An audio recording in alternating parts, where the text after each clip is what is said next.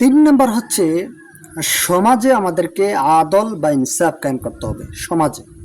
অর্থাৎ আল্লাহ সুবহানাহু ওয়া তাআলা কোরআনুল কারিমে ৪ নম্বর সূরা নিসার ৫৮ নম্বর আয়াতে বলছেন যে, আর যখন তোমরা মানুষের মধ্যে বিচার ফয়সালা করবে তখন ইনসাফ এবং ন্যায়পরায়ণতার সাথে বিচার করবে।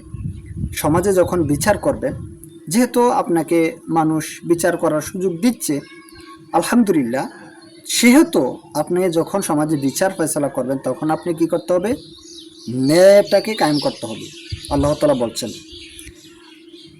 কেউ যদি ধনী হয় অথবা কেউ যদি দরিদ্র হয়, আল্লাহ বলছেন উভয়ের অধিকতর যোগ্য অভিভাবককে আল্লাহ তাআলা। সুতরাং তোমরা ন্যায় বিচার করতে গিয়ে নিজ প্রবৃত্তির তাড়না, নিজের খায়েশ মিটাতে গিয়ে কোনো পক্ষপাতিত্ব অবলম্বন করো না, কোনো পক্ষের অনুসরণ করো না।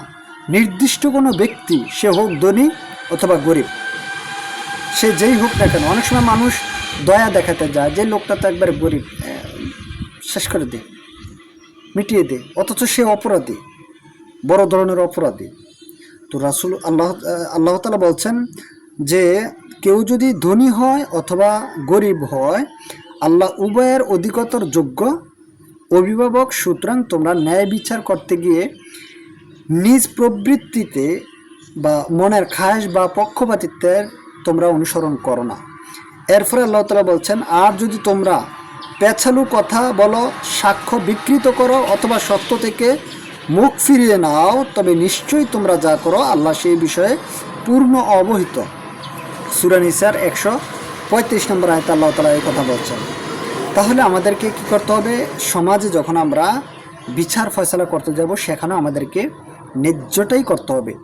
আপনারা জানেন সহিহ বুখারীতে একটি হাদিস রয়েছে, সহিহ বুখারীর ৬৬০ নম্বর হাদিস। আবু হুরায়রা রাদিয়াল্লাহু তাআলা আনহু থেকে হাদিসটি বর্ণিত। তিনি বলছেন, আল্লাহ নবী বলেছেন যে, সাবাআতুন ইউযিল্লুহুমুল্লাহু ফি যিল্লি ইয়াওমা লা যিল্লা ইল্লা যিল্লুহু ইমামুন আদিলুন। ৬ শ্রেণীর লোক রয়েছে। এই ৬ বৈশিষ্ট্যের লোক যারা থাকবে তাদেরকে আল্লাহ তাআলা আরশের নিচে ছায়া দান করবেন, যেই দিন আল্লাহর ছায়া ব্যতীত আর কোনো ছায়া থাকবে না। তার মধ্যে প্রথম সারির লোক, প্রথম শ্রেণীর লোক, প্রথম বৈশিষ্ট্যের লোক হচ্ছে যে ইমামুন আদিলুন, ন্যায়পরায়ণ শাসক। আদল, যে ব্যক্তি আদল কায়েম করবে। এই আদল প্রতিষ্ঠা করা বা ইনসাফ প্রতিষ্ঠা করা, এটা হচ্ছে আরশের নিচে ছায়া পেয়ে আপনি সেখানে অবস্থান করার একটি অন্যতম মাধ্যম। আল্লাহ সুবহানাহু ওয়া তাআলা নিজ দয়ায় আপনাকে আরশের নিচে ছায়া দান করবেন সেই দিন, যেই দিন আল্লাহর ছায়া ব্যতীত আর কোনো ছায়া থাকবে না। সুবহানাল্লাহ।